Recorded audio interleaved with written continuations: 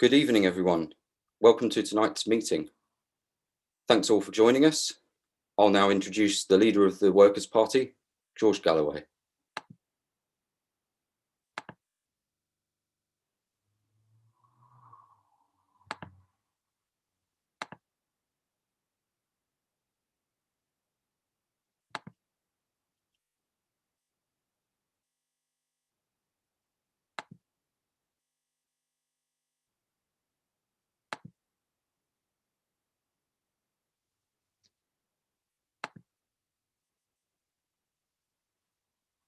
Don't think that they will, for up close and personal discourse between people of like mind and hoping to expand our number. But this is all that we can do for the time being. Indeed, restrictions are now tightening rather than loosening, and of course that has its impact on us. As you've heard me say before, we've done remarkably well at this, better than anyone else on the left. I'd argue anyone else across the political spectrum. I've lost count of the number of such meetings that we have had, and we have had millions of viewers of these meetings, and I don't think anyone else has been able to do that. And I'll be back now every Wednesday at 8 o'clock with a public meeting, followed by Q&A from our members. So if you want to ask me a question, the fastest way to do it is to join the Workers' Party and be on this Zoom meeting. This is a very somber occasion, as our comrade Dr. Ranjit Brar just said on Twitter just before I came in. The death toll announced today of yesterday, when 1,564 of our people perished as a result of this coronavirus pandemic, either directly or indirectly as a result of it. People are dying in Britain, of course, of the want of hospital treatment, the want of being able even to get an appointment with the GP timorously. And if you add the extreme anxiety that now exists in the country, the increase in suicides and so on, this has been a truly terrible year. And that figure of 1,564 has taken us past the 100,000 dead people in a year. It's the worst death figure for 80 years, since 1940. In fact, in the Second World War was the last time we lost this many people. Indeed, we have now lost more people as a result of the coronavirus than all of the civilian deaths in the whole of the Second World War. The Blitz, the bombing, the V1, the V2, all killed fewer people than the coronavirus has killed. And that war lasted for 6 years. This is but a year of living dangerously in the presence of the coronavirus. So it doesn't get much more somber as a background to the meeting that we are having this evening. Now, I'm not going to dwell on the pandemic itself. I'm not nearly as qualified as Dr. Ranjit, and he admirably does so every Sunday on the mother of all talk shows. Last Sunday was another bumper audience. It's already up almost at 1 million, and it's only Wednesday, still clips going out and people catching up and so on. So Dr. Ranjit has reached a lot of people with his analysis of the coronavirus. I want rather to, if you like, pan out from it and deal with the fact that we have one of the worst per capita death rates in the entire world. And the United States has the worst per capita death rate in the world. And I want to explore what it is that we have in common with the United States. It's not just, of course, that we are two people divided by a common language. Neither is it, as some seem to believe, that we have two leaders, at least for the moment, in the case of the United States, who are slightly zany in one case and downright bonkers in the other. You can make your own mind up to whom that applies. It's not even just because we both have governments that are right-wing governments, because other countries have right-wing governments who haven't done nearly as badly as we have. It is because of the peculiar model of free market capitalism, finance capitalism, globalized capitalism, that we and the United States almost uniquely practice. Two countries where the state and the concept of society have been almost burned to the ground, where private good, public bad became a mantra in the era of Margaret Thatcher and Ronald Reagan, another set of terrible twins who came to power at more or less the same time and who embarked upon a state-burning exercise, reducing the state, privatizing the state, discrediting, delegitimizing the state. That has led us to this perilous point. I strongly believe that even other capitalist countries in Europe and in Asia have done better than us because they retain more of the state, more of the role for the state, and more of a sense of society than we have. Some of you are too young to remember Margaret Thatcher's ultimate act of blasphemy when she addressed the General Assembly of the Church of Scotland on the Mound in Edinburgh, when she uttered the infamous words that there was no such thing as society, only individuals. There was no such thing as society. And she believed that, and Reagan believed that. And for the last 40 years, we have been under successive governments, Labour and Conservative, Democrat and Republican, have been dancing to that wicked tune. For the last 40 years, we have been steadily reducing the importance of the state, the role of the state, and by so doing, and by its corollary, the elevation of individualism that Mrs. Thatcher's nostrum exemplified, we have been breaking our society. And now the chickens are coming home to roost. And that's shown in all kinds of ways, some of them refracted considerably, but still traceable. The reason why so many people have, until at least this latest lockdown, refused to follow the instructions of the state, to believe in the facts given out by the state, to perform even basic public health precautions, is because the state in our country is so discredited.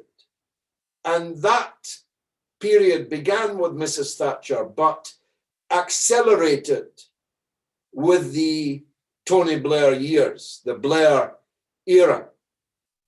I was just reflecting earlier today when someone said that how horrific it was to see Tony Blair back on the television every day and government ministers admitting, confessing, it would be a better word perhaps, that they are consulting him regularly, constantly, on how to play, that's the word, play this pandemic. I was reflecting that actually Tony Blair never really went away. He was succeeded by Gordon Brown, who was the back end of his pantomime horse.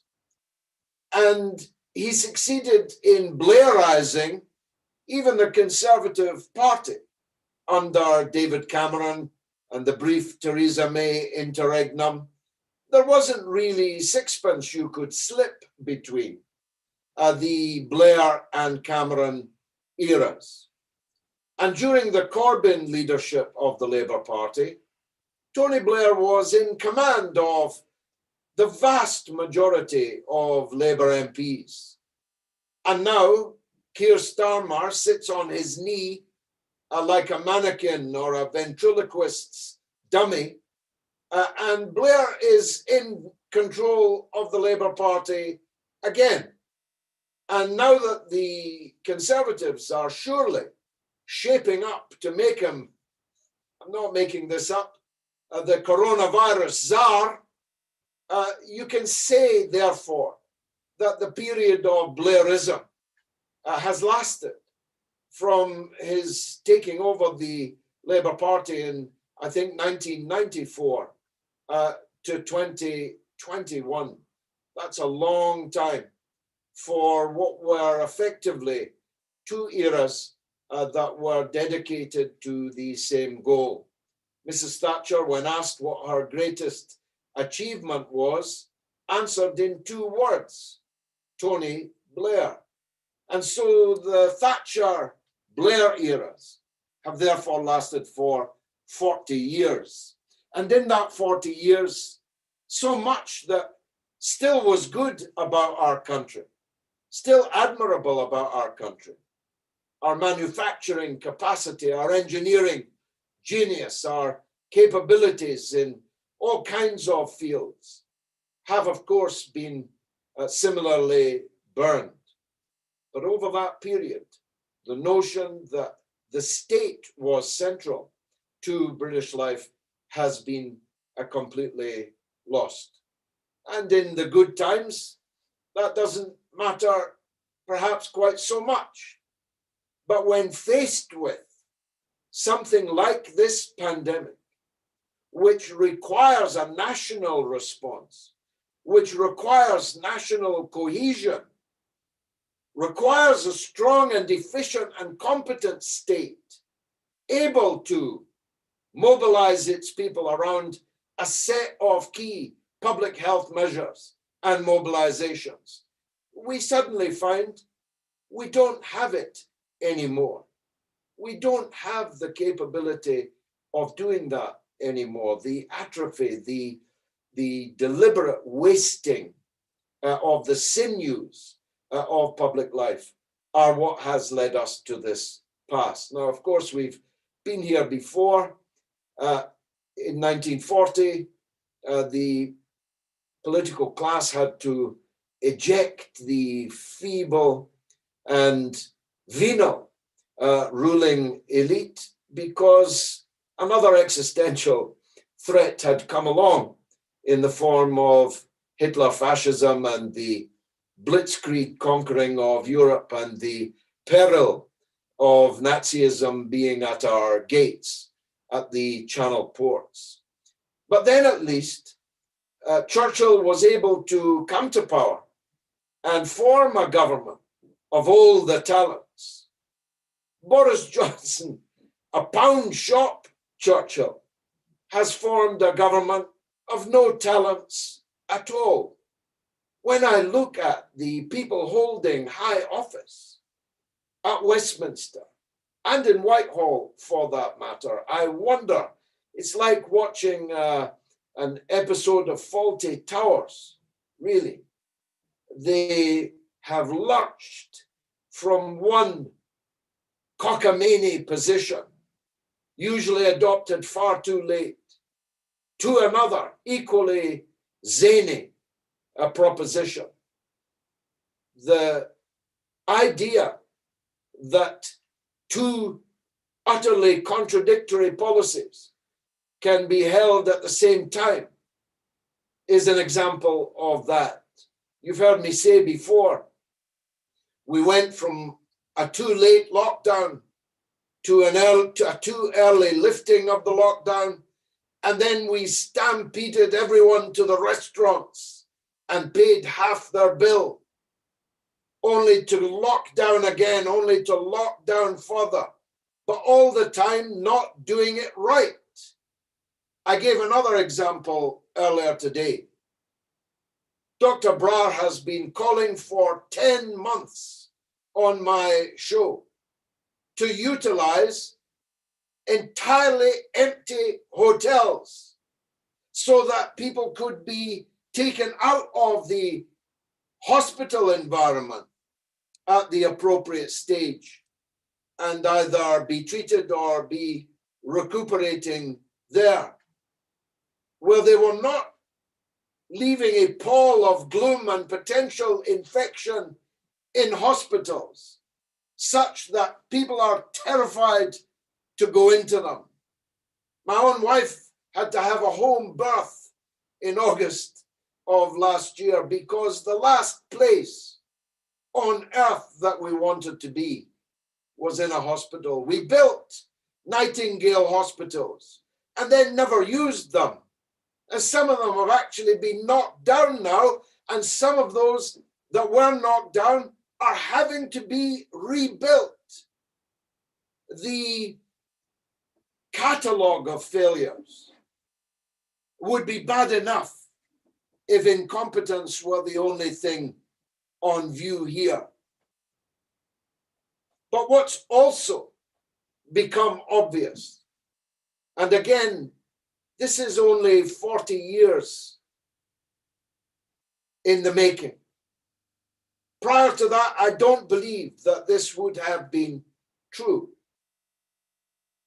Corruption on an outlandish scale has been deployed, displayed by the British government over this just 12 months.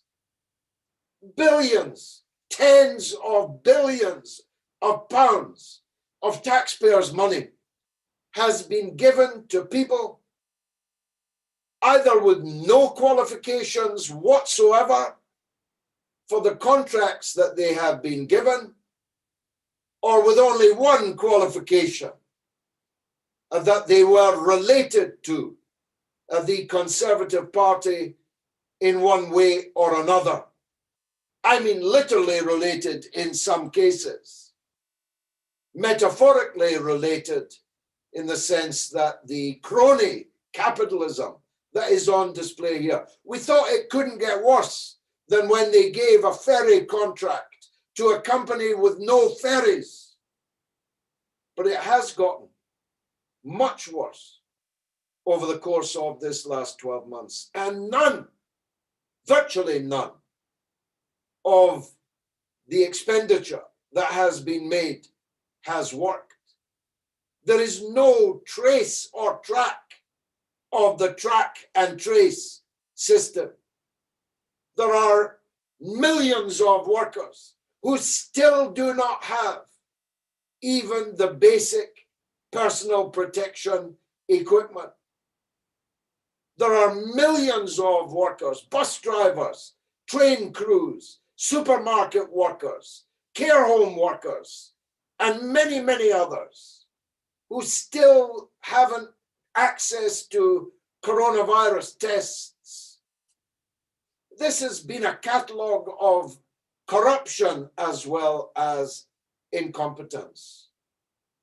And Boris Johnson and the Keystone cops around him have blood on their hands.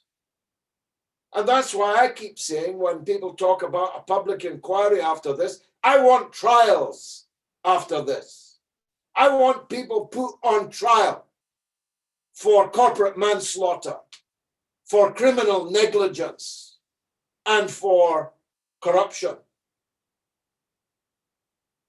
But we're not going to get there if it's left to Her Majesty's opposition.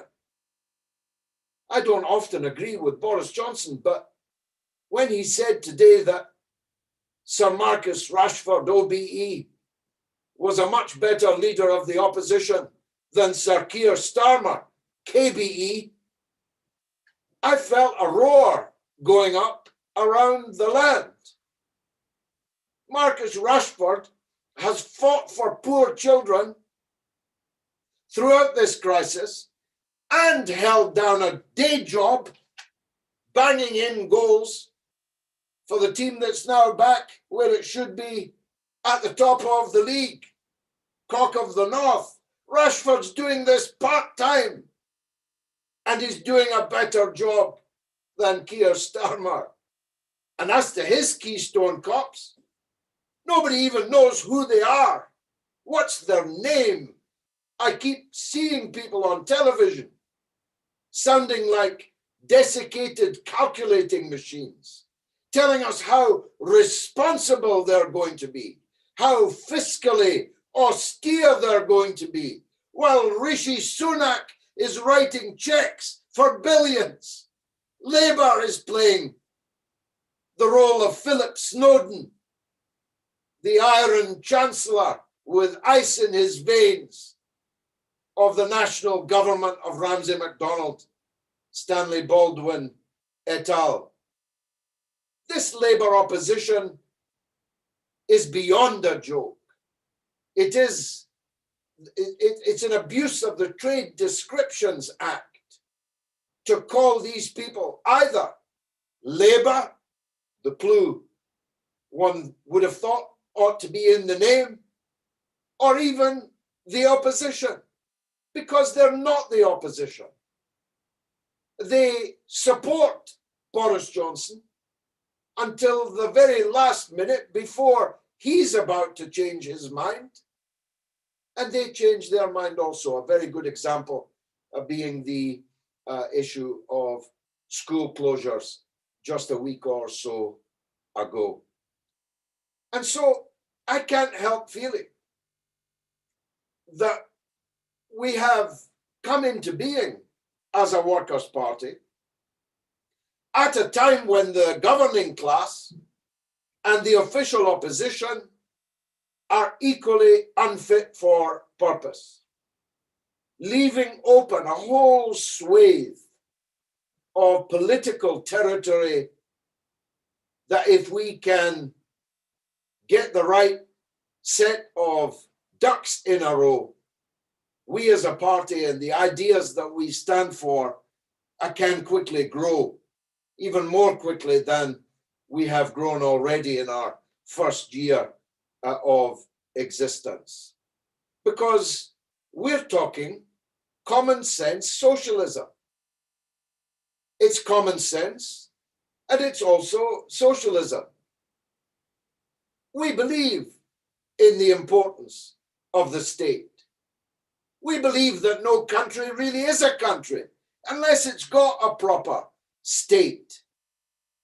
We believe that there is such a thing as society, and that the rat race is for rats, that the law of the jungle is for the creatures that live in the jungle. We don't live in a jungle. We believe that we have a responsibility to other people's children, other people's elderly mothers and fathers, not just because we are moral people, but because we're common sense people. As I pointed out to someone today on Twitter who didn't want to be paying for a £5 lunchbox for which the company got paid £30, I pointed out to them it'll cost you a lot more if these children that are hungry have to be taken into care.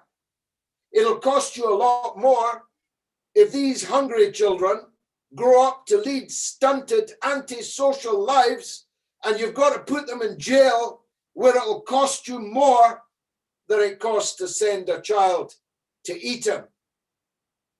It's common sense, but it's also socialism. If our children aren't properly nourished, they cannot be properly educated. If they cannot be properly educated, how can Britain be a modern, democratic, industrialized country? One of the biggest economies in the world, maybe sixth, maybe fifth, maybe seventh. How can we continue to be that if our children are increasingly turning out of school unfulfilled, uneducated, some of them feral, some of them running wild on the streets of our country, stabbing each other, shooting each other, injecting junk into their veins? How can we be a successful country if that's the way things are going? If you want to have a good doctor, if you want to have a good scientist, if you want to have good researchers finding cures for the coronavirus vaccine, for the new treatment for multiple sclerosis that has just been announced, how can you have these things if you don't have a properly well-rounded, educated young population coming out of our schools and colleges and our universities? That's common sense, isn't it? It's also socialism. It's common sense, but it's also socialist. We believe in the state. We believe in the society. We believe that no man is an island, entire unto himself, even if he won the lottery. What would be the good of winning the lottery if the sewage swirled around you and hungry or alienated kids were climbing over your wall? If you want to live in a decent society, you've got to invest in it. And that brings me to my last point before taking questions. We are a democratic party, but you cannot separate democracy in the polling booth from democracy in the economy. You cannot say that you're a democracy if all you get to do is put an X on a ballot paper every 5 years, choosing between Tweedledee and Tweedledum. You can't be a democracy unless you have some control of the world of work. What work needs to be done? How should it be done? What should we as a country, as a state, invest in? Now, I make no bones about this. Some would say this is a risky point.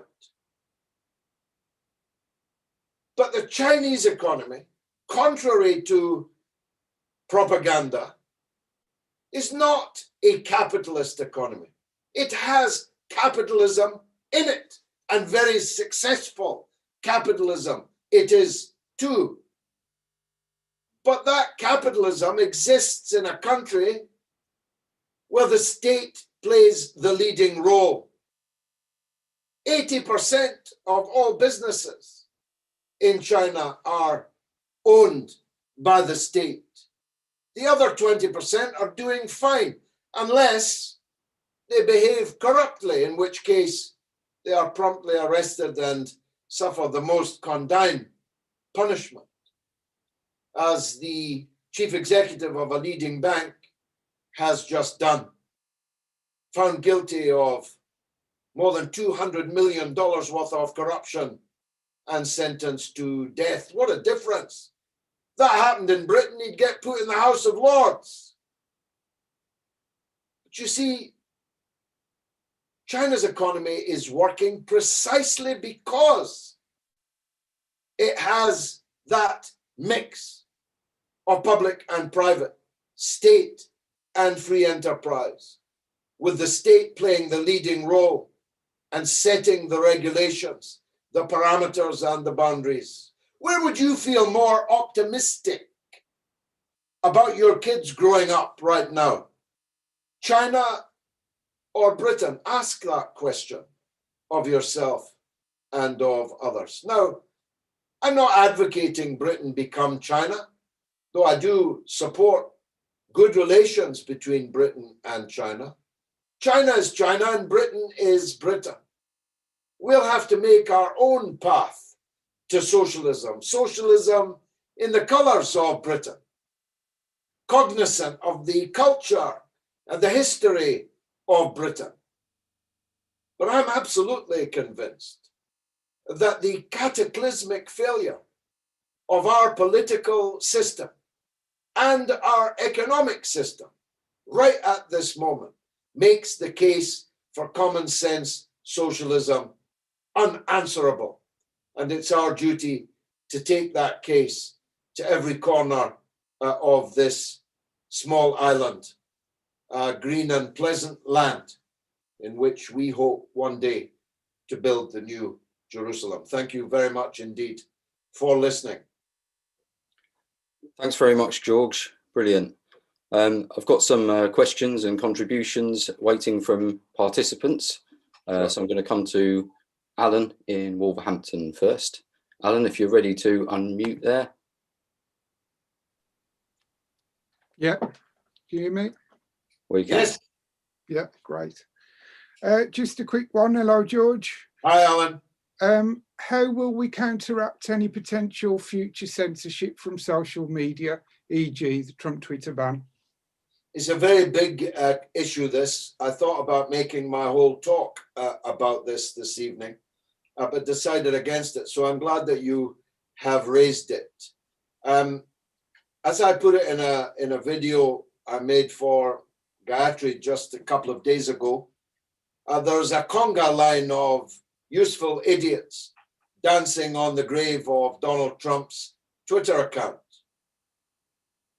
This is utterly foolish and utterly self-defeating.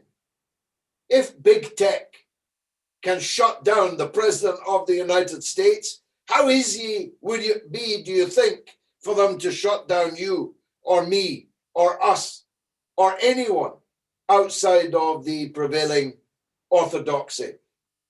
You going to let Nick Clegg decide who can broadcast on Facebook? I'm not going to go quietly into that good night. So how do we do it, Alan? We raise the biggest hue and cry about it. We surmount the temptation that others have not surmounted to allow our feelings about Donald Trump and his supporters to, if you like, trump the importance of protecting the right of the public square. Because if you think about it, what are these companies doing? All they're doing is using the air, using the public space, a space which the state could regulate if it liked. And they are free of virtually all regulation. If you were to, at least until the last couple of weeks when the law might now be challengeable, but if you were to defame me anonymously on Twitter this evening, there's nothing I could even do about it, because Twitter won't even give my lawyer the identity of the person you are. They won't even give the police the identity of who you are unless the police take it to court and get a court order to force them. I had a man in Bradford in 2012-13 who used to tweet about how he'd feel, how he'd love to feel, plunging a knife in and out of my body. And his identity was protected even from the police. These people have no real regulation. They pay no real proper level of taxation, yet they have the power to command the public square, monopolize it. 3 companies, or it might be 2, but it's certainly no more than 3, are controlling these giant platforms, making billions in profits from them, and arrogating to themselves the right to decide who can speak on them, what speech on them can be permitted or forbidden. And if the hue and cry doesn't work, then we will have to rely on our young and clever people to come up with new platforms, new ways. I feel confident that they will. I think Russia should have a Twitter, a Facebook. After all, what is it? Just a blackboard on which people can write and post. It's not rocket science, really. China should have one. Everyone should have one. We should have one. And in a way, this Zoom meeting this evening is an example of how we can. I've now moved on to Telegram, which is Russian owned, not Russian state owned, but Russian owned. I feel more secure on there than on WhatsApp. And I'm going to be using it for posting and broadcasting and so on. We must avoid having all our eggs in one basket. For example, our show on Sunday night, our Moats show on Sunday night, inexplicably, the RT Moscow YouTube channel was disabled as for an offense or an infraction against the community standards of YouTube owned by Google. Go figure. And therefore we lost audience that would normally be watching us on that platform. This capricious, unaccountable, unelected, undemocratic use of the power to silence people, even people with big audiences like me, even someone with the ultimate audience like Donald Trump, is not something that any of us should ever accept. We should fight against it, might and main. Thanks very much, George. That's a great question, Alan. I think it's something really worth us looking at, and it is quite disconcerting where you see people who, you know, are claiming to be progressive and socialist, cheering on essentially the censoring of individuals by huge technology companies. Going to come to Dougie next. If you're able to unmute, Dougie. Okay. How you doing? No bad, no bad, no bad. Have you got a camera you can use, Dougie? Yes, I'm just going to use it now. That should go now. Yeah, Excellent. There we go. Hi there, Doug. How you doing, George? Good, sir. Good, good. Got a wee question about the forthcoming election in May in Scotland. Yeah. How do you see it going? I don't think it will be in May, first of all. Right, okay. I'm almost certain that the election will be postponed. The London and Manchester and West Midlands mayoralty that decision's already been taken. I don't know if it has been announced yet, but it's been taken. They'll be postponed at least until October, but maybe until next May. So it will take more time than we expected. But the position of the government, the minority SNP government in Scotland is dwindling by the hour. It's rapidly rattling down for a whole number of reasons, perhaps the greatest of which is the Shakespearean divide between Nicola Sturgeon and Alex Salmond. It is increasingly obvious that a conspiracy was hatched to try and imprison Alex Salmond, a 66-year-old man. He might never have emerged from the prison. And that conspiracy involved leading figures in the SNP. And Salmond and his lawyers are closing rapidly by the hour. Just last night, his wing of the Scottish nationalists, the so-called Wings Over Scotland site. If you're interested in it, it's a very startling read, and it shocked me. And I've been around quite a long time. The severity, the scale of the division and the seriousness of the issues is, I think, likely to bring down the First Minister, Nicola Sturgeon. But even if that didn't exist, their disastrous failure of the coronavirus handling, now compounded by the rollout of the vaccine, Scotland is 25% slower, 25% behind even Boris Johnson's incompetent administration in rolling out the vaccine in England. And that 25% is somebody's mother and father, and somebody's neighbor. There's no hiding place from this. You don't need the papers to report it. When you know you've got an old mother, as I do, or you've got an old auntie, and you know she's not had the vaccine yet, and you're going to tell everybody on the bus, in the steamy, you're going to tell everybody what's happened with these vaccines.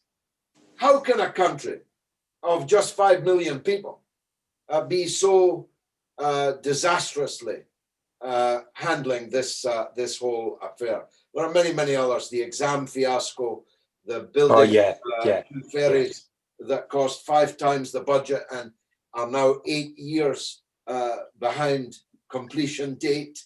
It's in a country on the Clyde where we used to build the Queen Elizabeth, the Queen Mary, and so on. The position of the SNP is weakening, and I think substantially. And they'll probably be relieved when the elections are postponed, as I think they will be in the next week or so. Thanks very much, George. I've got a message that's come in from John, who can't be with us in the meeting tonight because he's working, but he sent in a question here. How can it be that in light of his failure to stand with teaching unions, egging on the government for a so-called exit strategy back in September, and his obsession with interfering in a process with which the ECHR claimed had been interfered with by the previous leader and his office, that Keir Starmer is being heralded by the media as the solution, surely it only confirms that is nothing more than a better groomed, better moisturised cheek of the same arse. And finally, isn't it ironic that the Remainiacs in the Labour Party, who are now satisfied with whatever position Starmer holds this week, are going to come potentially unstuck and found out should Tony Blair launch his new EU party? Or was that simply the plan all along? A very, very good message. I'm not sure if he is being much heralded. I think he's disappointed even those that hope they might be able to herald him. I have known personally, and in some cases very well, I don't know how many Labour leaders. I knew Mr. Wilson, Callaghan, Foote, Kinnock, John Smith, Tony Blair, Gordon Brown. I didn't know Ed Miliband really, but I knew Jeremy Corbyn, of course, very well. And I don't really know Keir Starmer, but that's a lot of leaders. And I'd have to say, although Miliband might run him close, I'd have to say that Keir Starmer is the worst leader of a major political party I have ever seen. So wooden, the birds are nesting in him. He looks and sounds, he's like a talking mannequin. If you just looked at him through a shop window, he's passable. He's got the broad shoulders and a nice head of hair. But as soon as he starts to talk, ennui just overwhelms me. And I'm a political junkie. I have to pinch myself to be able to continue concentrating on what he's saying, and his maneuverability, his his ability to think and speak on his feet.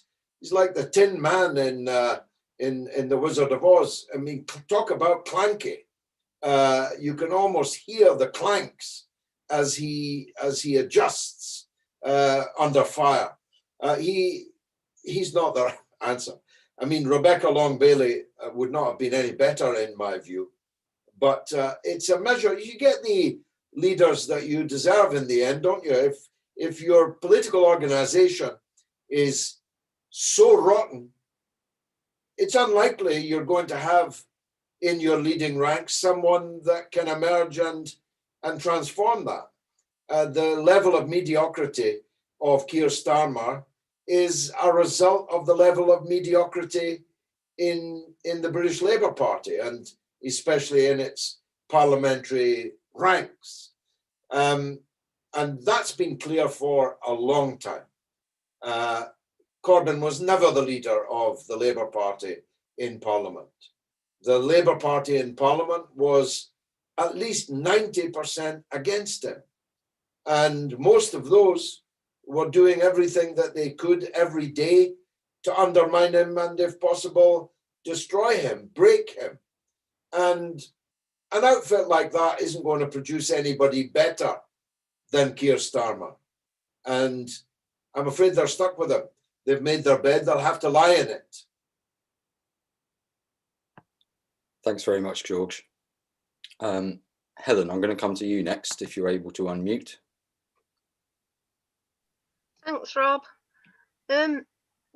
Your words tonight was inspiring to me, George, as always, and wise words. In fact, I need to say that just being in the Workers' Party is making me so driven to go out and inspire other people and hopefully get other people to feel inspired like I have been. Every time I speak to, people from the Workers' Party, every time we get together, you feel so well looked after, and you're all in the same boat and you're all wanting the same goals. And I think there's a lot of camaraderie among us, which makes me feel inspired. I have this idea that when I'm able, as soon as I'm able, I'm going to go out into my town square, I'm going to put a table out with leaflets on, and I'm going to speak to as many people as I can about the Workers' Party and what we do in the Workers' Party, and try and get them to feel inspired like I do. I don't know what I'm going to say. I'll probably start with our 10-point programme, which is also full of standard common sense as far as I'm concerned, issues and subjects that resonate with ordinary people. I think with the coronavirus, if and when we get to a stage where we're on top of it, there's going to be an awful lot of people out of work, losing homes, things like that, so we're going to be needed to be together more than ever. Do you think, George, that the state ought to be creating jobs for people on the back of the coronavirus? Because I think there's a lot of scope on it for jobs to be created, actually. Helen, that's a very beautiful contribution. I think it sums up the feeling that all of us have. I'm an hour from Glasgow, an hour from Edinburgh, an hour from Carlisle, an hour and a half from Newcastle. I just can't wait to be back on the road and taking our message to people. And as I said earlier in my speech, I don't think there's ever been a better time for people like us who eschew liberal identity politics, who are not interested in people's sex lives or their gender or personal pronouns. We're only interested in the beef. Where's the beef? And the beef is that we have an economy that is devastated and is being in front of our eyes, prepared for massive restructuring. If you take the decision today by the Scottish government, it won't be any different for the British government at the weekend, I'm sure, to close down takeaways. That has at a stroke put hundreds, maybe thousands of small businesses out of business. Of course, McDonald's will be okay because they've got serving hatches and facility. McDonald's, all the big players will all be okay. They can see this out. It's the small players, the medium-sized players that are going to see their businesses destroyed. A woman contacted me earlier today. Her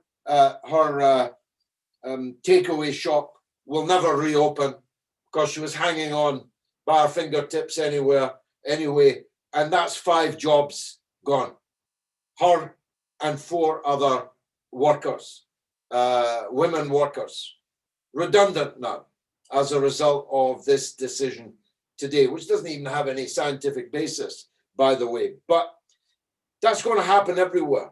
Small businesses, medium-sized businesses are going to be burst, and big businesses are going to pick them up, pick up their assets, their property, and maybe their market at fire sale prices. So we're going to see a rapid increase in monopoly capitalism.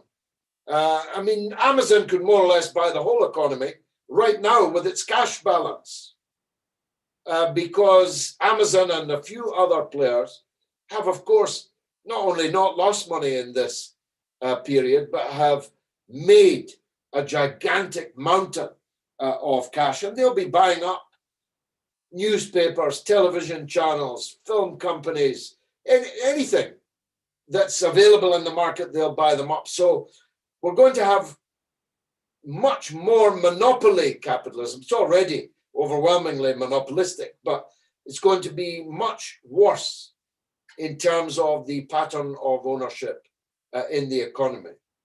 And we'll be saying, well, why do we need you?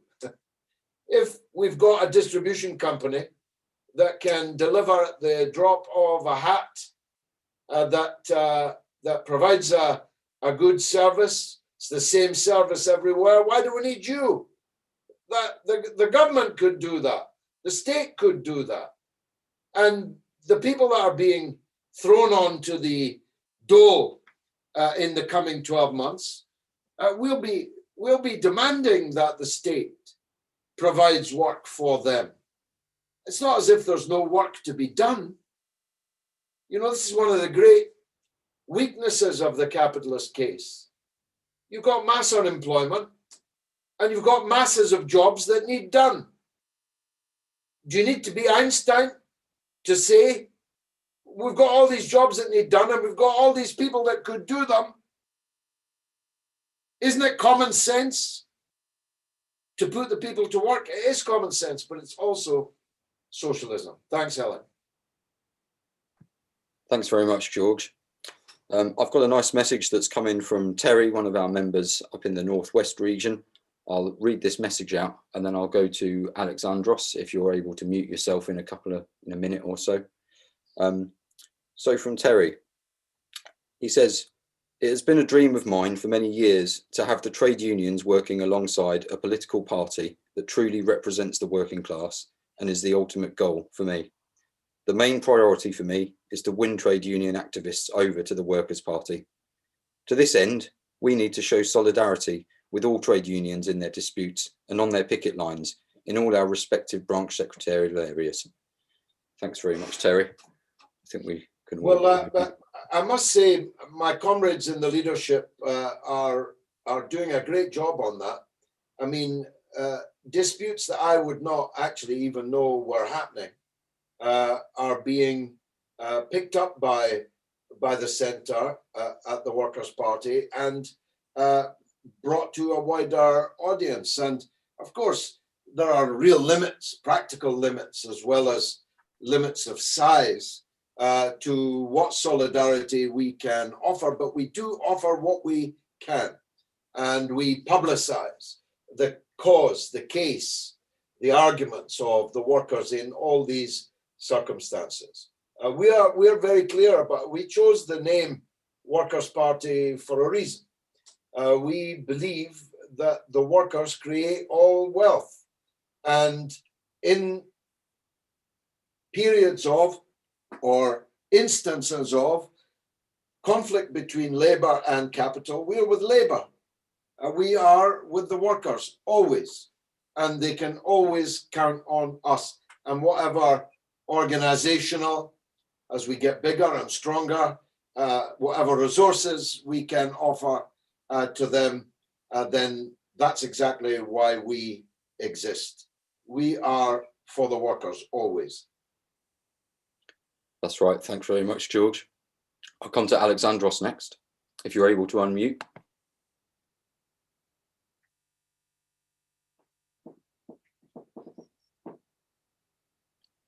You there, Alexandros? Hi there. Yeah, as usual, I'm almost in a complete agreement with you, George, on most points. I think the whole country now is frustrated. We're in perpetual state of limbo. It's been, for myself, I've been hardly set a foot outside for 10 months because I'm a vulnerable person. I saw many in this country. My finances are going completely. Any business that I've had before is, it's gone out the window with what's happening. But what it demonstrates to me is there's no accountability at all in the British government. And, if this was a corporation or a business, I think the chief executive would have been sacked. And you hit a nail, George. This,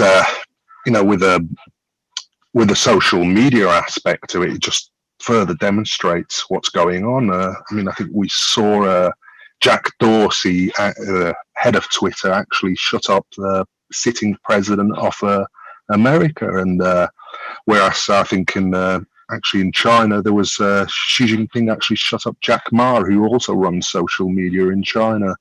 It's just, a contrast, but that leads me also into a point that with agreement of you that we should have our own social media, both Britain and the EU, and leads me to a small question, because I personally sort of run the groups, social media groups, within China and in other countries. I'm just wondering if there's a way for us, because there's quite a lot of expats, British expats, that who are sympathetic to our cause, but they're not able to access Twitter, etc. If we can make some inroads there. I think a couple of weeks ago, just had somebody you might know, John Ross, that joined one of my groups. Just wondering if there's, if that's an avenue we could explore. Yeah, well, I'm good at performing on social media, but I'm not good at the technical side of things.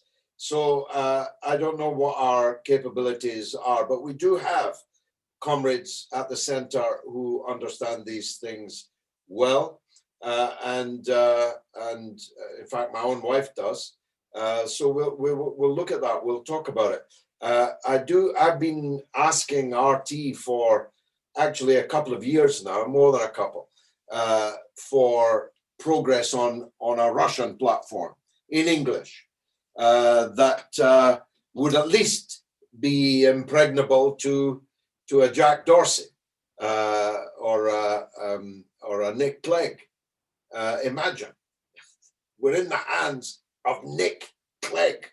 He decides what you can say on Facebook and who can say it.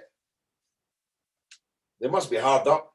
If he was the best they could hire at £500,000 a year. No, we'll look at that, Alexandros. Thanks for it. Yeah, thanks very much. It's a very good point there. And, you should all be aware, part of our 10-point programme, easy, free access to forms of culture in the media is something that we stand for. And we have discussed that as a matter in our members' meetings last year. And it's definitely something that we'll come back to and, look towards developing as best we can more independent platforms and things that we can use. We've come up to 9 o'clock now, so I think I will be closing the meeting very shortly. Thanks to everyone that came along and made contributions. There's more questions and points that people want to make, but we'll have to save them till next time. So I'd just like to say, anyone who's watching online and you're not already signed up as a member of the party, please do go to the website, workerspartyofbritain.org, check us out, sign up as a member, and you'll be able to come along and participate in these meetings. As a member, you'll be able to get in touch with your branch secretary in your closest local regional branch, and we can keep moving things forward as best we can in these restricted circumstances. So thank you very much, George. Welcome. See you next week. Good night, everyone.